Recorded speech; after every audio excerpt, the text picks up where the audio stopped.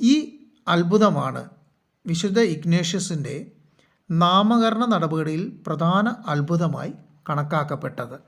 വിശുദ്ധ Ignatius Loyola മനുഷ്യരെ മാത്രമല്ലാട്ടോ ഉയർപ്പിച്ചിരിക്കുന്നത്. ചത്ത ഒരു കോഴിയെ ജീവനിലേക്ക് കൊണ്ടുവന്ന ഒരു സംഭവം ഉണ്ടായിട്ടുണ്ട്. സത്യം സത്യമായി ഞാൻ നിങ്ങളോട് പറയുന്നു, എന്നിൽ വിശ്വസിക്കുന്നവനും ഞാൻ ചെയ്യുന്ന പ്രവൃത്തികൾ ചെയ്യും. ഞാൻ പിതാവിൻ്റെ അടുത്തേക്ക് പോകുന്നതുകൊണ്ട് ഇവയേക്കാൾ വലിയവയും അവൻ ചെയ്യും.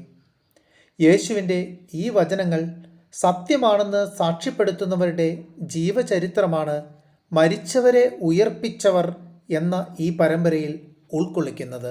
ഇന്നത്തെ വീഡിയോയിൽ നമ്മൾ പരിചയപ്പെടുക സ്പെയിനിലെ ബാസ്ക് പ്രവിശ്യയിലെ ഒരു പ്രഭു കുടുംബത്തിൽ നിന്നുള്ള മാടമ്പിയും പുരോഹിതനും ദൈവശാസ്ത്രജ്ഞനും കത്തോലിക്ക സന്യാസ സമൂഹമായ ഈശോ സഭയുടെ സ്ഥാപകനും ആയ വിശുദ്ധ ഇഗ്നേഷ്യസ് ലയോള അല്ലെങ്കിൽ ലയോളയിലെ വിശുദ്ധ ഇഗ്നേഷ്യസിനെയാണ്.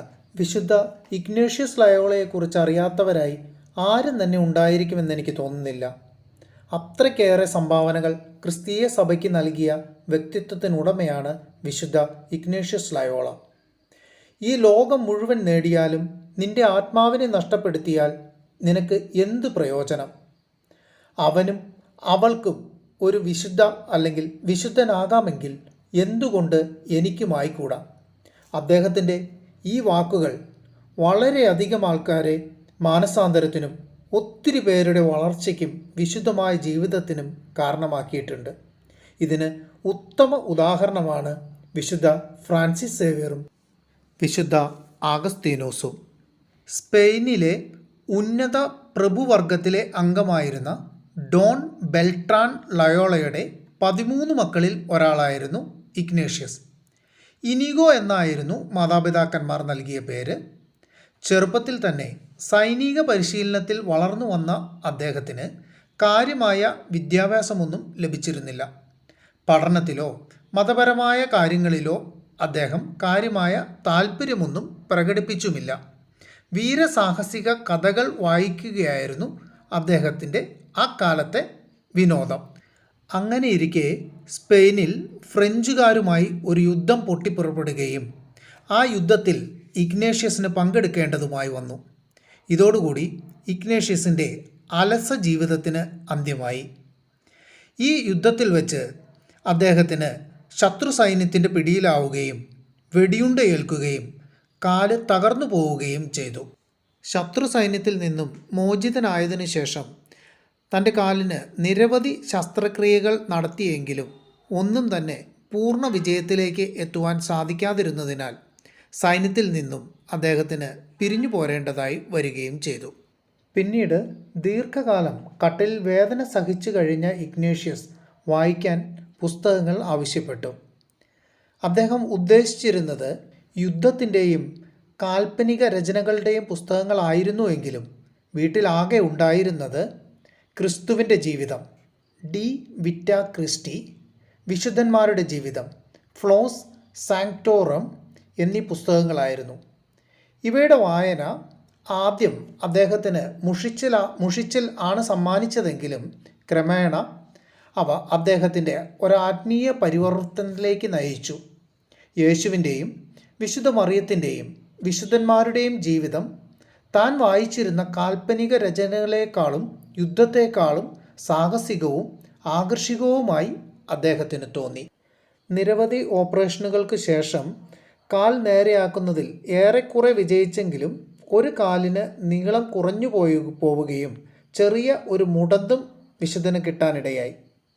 യാത്ര ചെയ്യാൻ മതിയായ ആരോഗ്യം വീണ്ടു കിട്ടിയപ്പോൾ വിശുദ്ധ ഇഗ്നേഷ്യസ് യേശുവിൻ്റെ ഒടുവിലത്തെ അത്താഴവേളയിൽ ഉപയോഗിച്ച വിശുദ്ധപാത്രം ഹോളി ഗ്രെയിൻ ഏറെക്കാലം സൂക്ഷിക്കപ്പെട്ടു എന്ന് കരുതുന്ന സ്പെയിനിലുള്ള മാതാവിൻ്റെ ദേവാലയത്തിലേക്ക് യാത്ര പുറപ്പെട്ടു.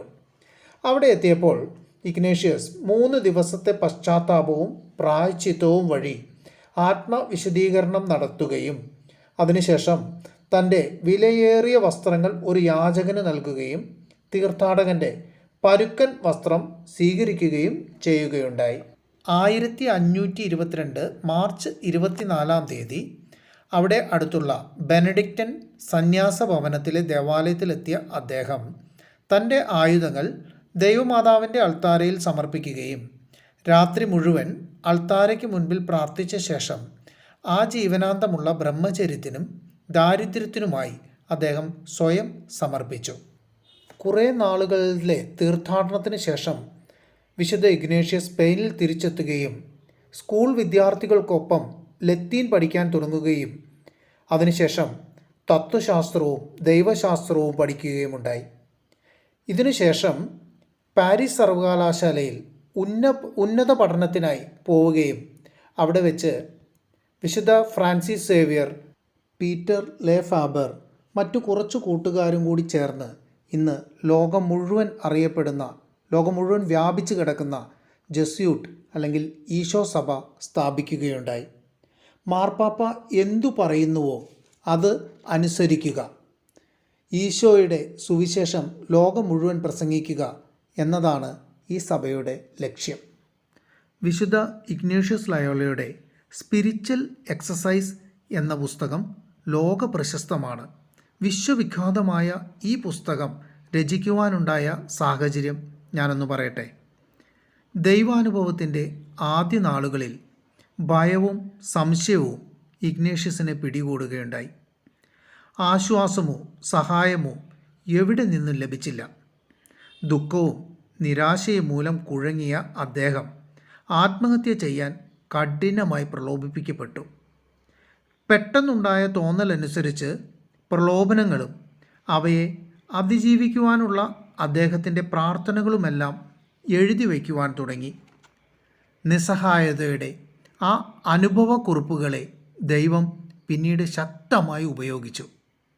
സംശയത്തിൻ്റെ നിഴലിലും നിരാശയുടെ സമയങ്ങളിലും അകപ്പെട്ടു പോകുന്നവർക്ക് അത് ആശ്വാസവും ബലവുമേകി.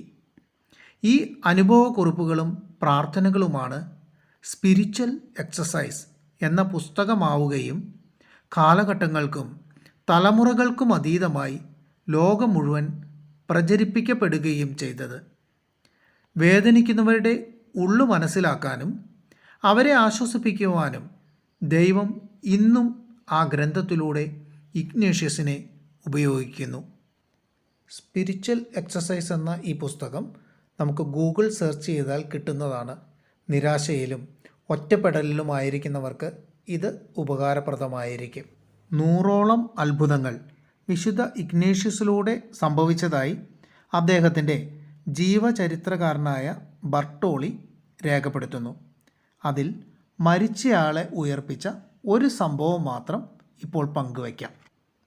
1524 ബാർസലോണിയയിലെ ഡൊമിനിക്കൻ സന്യാസിനി മഠത്തിൽ നിന്നും ഒരു ധ്യാനപ്രസംഗത്തിന് ശേഷം മടങ്ങുകയായിരുന്നു വിശുദ്ധ ഇഗ്നേഷ്യസ്. ബെല്ലോക്ക് തെരുവിലൂടെ നീങ്ങുമ്പോൾ ഒരു വലിയ നിലവിളി കേൾക്കാനിടയായി. ഓടിച്ചെന്ന് നോക്കിയ ഇഗ്നേഷ്യസ് കണ്ടത് ലസാനി എന്ന ഒരു മനുഷ്യൻ സഹോദരനുമായിട്ടുള്ള കോടതി കേസിൽ പരാജയപ്പെട്ടതിൻ്റെ നിരാശ കൊണ്ട് തൂങ്ങി മരിക്കുന്ന ഒരു രംഗമായിരുന്നു. തൽക്ഷണം അവിടെ എത്തിയ ഇഗ്നേഷ്യസ് പെട്ടെന്ന് കയററുത്ത് അയാളെ താഴെ ഇറക്കി. അപ്പോഴേക്കും അയാളുടെ ജീവൻ നഷ്ടപ്പെട്ടിരുന്നു. ലസാനി ആത്മഹത്യ ചെയ്യുക വഴി അയാളുടെ ആത്മാവ് നഷ്ടപ്പെട്ടു പോയേക്കുമോ എന്ന വേദന ഇഗ്നേഷ്യസിനെ വല്ലാതെ സങ്കടപ്പെടുത്തി. അദ്ദേഹം അയാൾക്ക് വേണ്ടി പ്രാർത്ഥിക്കാൻ ആരംഭിച്ചു. അടുത്തു നിന്നവരും അദ്ദേഹത്തിനൊപ്പം വിശുദ്ധ ഇഗ്നേഷ്യസിനൊപ്പം പ്രാർത്ഥിക്കാൻ ആരംഭിച്ചു. പിന്നെ ഇഗ്നേഷ്യസ് എഴുന്നേറ്റ് നിന്ന് യേശുവിൻ്റെ പരിശുദ്ധ നാമത്താൽ ലസാനിയെ വിളിച്ചു. ഉടൻ തന്നെ അയാൾ കണ്ണു തുറക്കുകയും എഴുന്നേറ്റ് വിശുദ്ധൻ്റെ പാദങ്ങളിൽ വീണ് തൻ്റെ തെറ്റായ പ്രവൃത്തിക്ക് മാപ്പ് ചോദിക്കുകയും ചെയ്യുകയുണ്ടായി. പിന്നീട് വിശുദ്ധനോട് തന്നെ പാപങ്ങളെല്ലാം ഏറ്റുപറഞ്ഞ് നല്ല ഒരു കുമ്പസാരം നടത്തി. കൂദാശകൾ സ്വീകരിച്ച ശേഷം അയാൾ വീണ്ടും മരണത്തിലേക്ക് മടങ്ങി. ഈ അത്ഭുതമാണ് വിശുദ്ധ ഇഗ്നേഷ്യസിൻ്റെ നാമകരണ നടപടിയിൽ പ്രധാന അത്ഭുതമായി കണക്കാക്കപ്പെട്ടത്. വിശുദ്ധ ഇഗ്നേഷ്യസ് ലയോള മനുഷ്യരെ മാത്രമല്ലാട്ടോ ഉയർപ്പിച്ചിരിക്കുന്നത്. ചത്ത ഒരു കോഴിയെ ജീവനിലേക്ക് കൊണ്ടുവന്ന ഒരു സംഭവം ഉണ്ടായിട്ടുണ്ട്. ഈ സംഭവം നടക്കുന്നത് 1602 14 വയസ്സുള്ള ഒരു പെൺകുട്ടി, ഐനിസ് ഡാൽമു എന്നു പേരുള്ള കുട്ടിയുടെ കോഴി, സ്നേഹിച്ച് ലാളിച്ച് വളർത്തിയിരുന്ന കോഴിയാണ് കേട്ടോ, ആ കോഴി കിണറിൽ പോകാൻ ഇടയായി. കിണറിൽ പോയി അത് മുങ്ങിച്ചത്തു. മുങ്ങിച്ചത്ത കോഴിയെ കരയ്ക്ക് കയറ്റിയതിന് ശേഷം ഈ കുട്ടി വിശുദ്ധൻ്റെ മാധ്യസ്ഥം യാചിച്ച് ശക്തമായി പ്രാർത്ഥിച്ചതിൻ്റെ ഫലമായിട്ട് ഈ കോഴിക്ക് ജീവൻ തിരിച്ചു കിട്ടുന്ന ഒരു രസകരമായ സംഭവം ഉണ്ടായിട്ടുണ്ട്. നമ്മളും വിശുദ്ധനോട് മാധ്യസ്ഥം യാചിച്ച് പ്രാർത്ഥിച്ചു കഴിഞ്ഞാൽ നമുക്ക് നടക്കില്ല എന്ന് തോന്നുന്ന, നമുക്ക് നിസാരമായി തോന്നുന്ന പല കാര്യങ്ങളും നമുക്ക് നടന്നു കിട്ടും. നമുക്കെല്ലാവർക്കും ഒന്നിച്ച് വിശുദ്ധൻ്റെ മാധ്യസ്ഥം യാചിച്ച് പ്രാർത്ഥിക്കാം.